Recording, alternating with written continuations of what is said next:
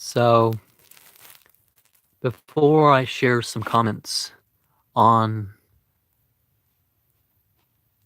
one of the most influential books of the last century, and for such a difficult book, something that still remains one of the most influential books of the last century, I'd like to share something about the Tablighi Jama'at movement itself. It is a revivalist movement aimed at primarily encouraging the better practice and belief of the Islamic community. And this is done through looking at the Quran and the examples from the narrations and extending that past that initial period of the people who knew Muhammad and the people who knew them and the people who knew them is the case of various scholars and mystics that could be brought up, but that is not quite so much the focus. But the theory is that the Sahaba would have all had 6 qualities.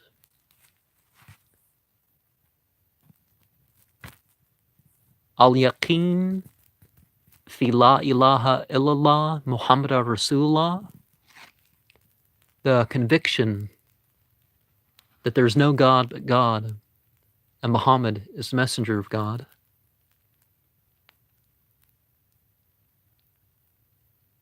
Khushu wa kudu fi salat, the concentration and devotion in the ritual prayer. Ilm wa dhikr, knowledge and remembrance. Ikhlas aniyah, the purity of intention. Ikrama muslimin, the regard for those who have surrendered, to God. And finally, we have dawah wa tabligh, and so the missionary work, basically, the propagating of the faith and the inviting towards. Now, people have criticized this group for the fact that they have done stuff like focus on reviving the Islamic community first. Do they turn down the opportunity to do that to other people? To encourage them towards what is right and discourage what is wrong? No, they'll do that wherever possible. Are they saying that it's required to be a part of their group or a part of their particular program? No. So are they forbidding? Can I think of any way in which, according to the Quran and what the Prophet was inspired to say, can I say that they are doing the bid'ah or sinful innovation because they have made lawful something that is forbidden? No, I can't make that claim. And I've read this book, which was given to me by a particular doctor that was involved in this movement. And I went on outings with them. I attended ijtimas in Oregon and Washington. Even more, I guess, was I attended their programs that happened at in the masajid They would typically, about 10 a.m., they'd get up and they'd read narrations. They'd often read narrations a few times. Sometimes people weren't proficient in Arabic and they just read translations. They went over the first surah of Quran and the last 10. And in doing that, you end up with all the sounds and basic rules of reading Quran. And that would get people ready for reading more. They would recommend reading a 30th of the Quran every day, if not twice that.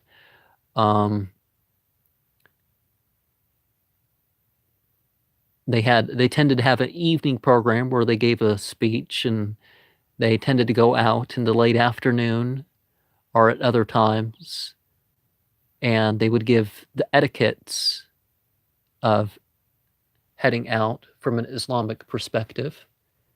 Now, and his motivation, the empty entertainment, the fictional stories that people tell their children, this is not what's going on here. It's about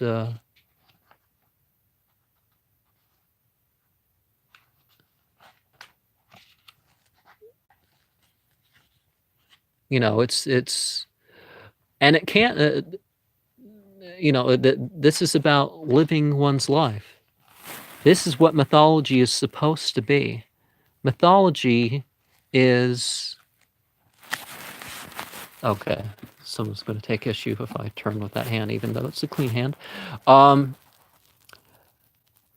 But something about mythology is it weaves the facts together, or the claims of the facts. And some things that you find in one school of thought or another, it's not that they're wrong, or it's not that their interpretation is wrong. Their interpretation might not be for you or the best for you, but people work with different information. And in the sense of a grimoire or a method manual, this is definitely a method manual. Now, some of it is backstory of what happened to Muhammad and people who knew him, and various scholars and ideas that came to poets that explain some of these things.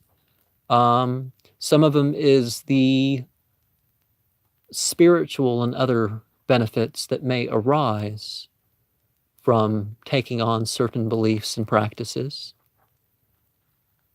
Some things are like, there's a particular, they tell you how to do particular rituals, like there's the importance of the congregation, disregarding prayers, 40 short, so, you have verses from Quran and the various historical collections that make up these things. I wish I had questions. So you'd learn the rules for staying in a masjid if you went with the group.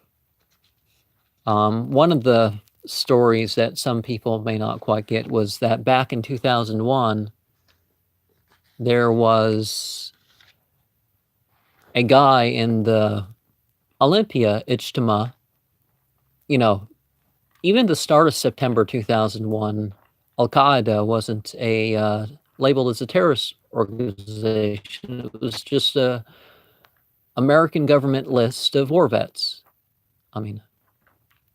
Causing problems with the war vets. War vets that fought for self-defense, that fought tyranny, not for any resources or anything.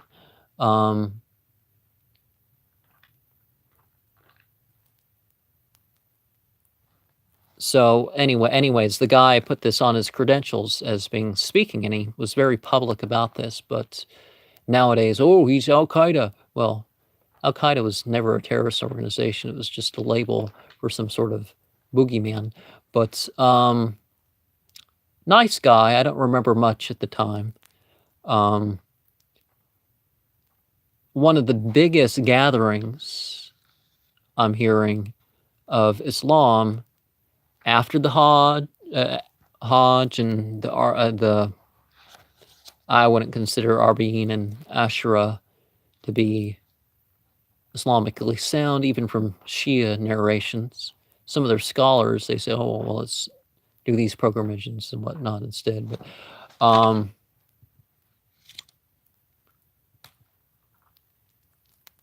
yeah, you have things about different times of the year, Ramadan, Hajj.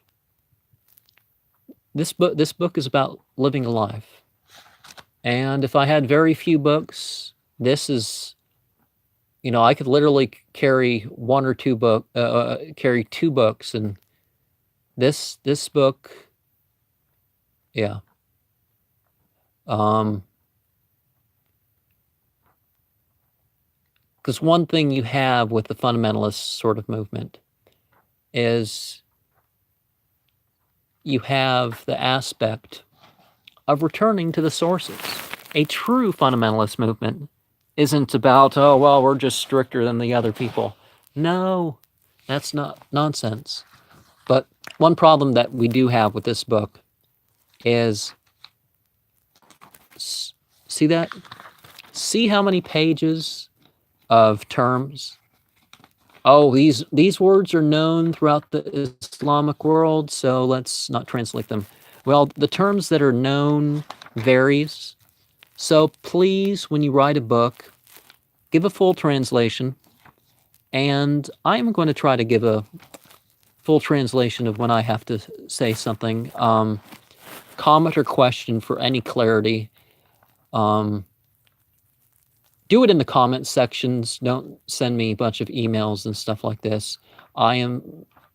There's nothing embarrassing about, oh, I don't know what term he uses, because I read and write a bunch of different languages. But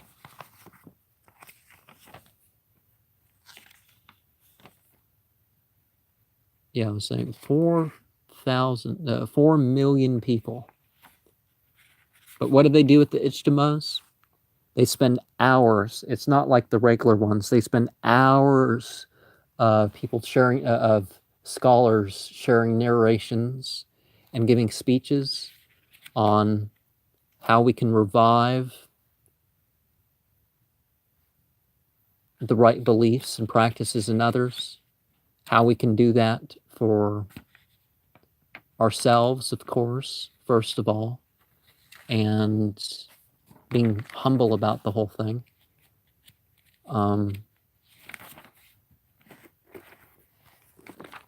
About not wasting any of life. But in terms of some stuff, there's techniques. There's techniques to be able to, whether it's an austerity or whether it's a ritual, to be able to experience better. There are things being mentioned, like the breathing and the resting of the joints and going to the bathroom and, not holding it in, going off somewhere and going to the bathroom before you perform a prayer. Particular prayers. There's a particular prayer that I'm looking for here. I read about it the other time. The multiplication of deeds. One thing we do have is in Islam, there's not this condemnation of desire or the fact that something was enjoyed. But let's be real about it, that when we look at something like, well, okay, we're rewarded for not doing the bad things we were thought about. But if we try to focus on what's right and developing our taste for what is right, then we have a character that produces those deeds that multiply. And woe to the one whose singles outweigh his multiples. And what?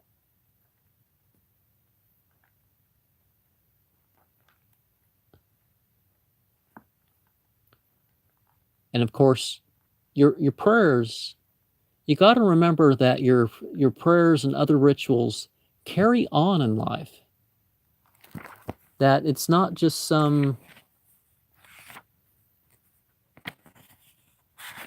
there's, oh yeah, and the Tablighi Jama'at group is sort of a spin-off of the Shia group. So all their narration, not the Shia, I mean, they don't include any of the Shia narrations and scholars that I can think of being mentioned. But does that mean that they're so very, very distinct that you can't tell, that you're necessarily going to be able to tell them from someone else? No, again, not really. You see some people taking part of things in some of these groups or saying something in these groups, and people take issue. But a lot of these issues are not so much with the group, it's with individuals. It's like when I talk about secret societies. One of the things we have found in secret societies is that that certain individuals have the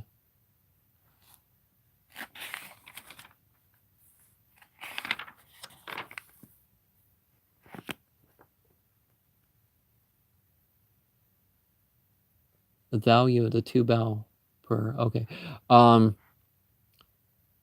People act as individuals. So there's the priest, the book, and the congregation, and there's people who deviate one way or the other. That's not saying that, it's all negative that people have, but anyways, I know that I am rambling right now. I was trying to find, there's this particular prayer that people will say, and there's particular prayers and supplications that people will say in the Ibadi and the Shia communities. That's, they're all basically, they say, we believe in what the Quran says, and we believe in what has actually been taught through the Prophet. Let's not let scholars and politicians after Muhammad died deter us from finding out what Islam really has to say. Assalamu alaikum wa rahmatullahi wa barakatuhu. May the peace, mercy, and blessings of the God, the singular Arabic definitive, be upon you. And, I guess side note, this, this is what my channel is about in different ways. I'm trying to express what's right, to encourage the good and truth in all, in different ways. You may not all understand me and everything I have to say. I don't think anybody does except me and certain unseen beings, God, of course. I'm trying to discourage what is wrong. Sometimes just to expose what's going on in the world.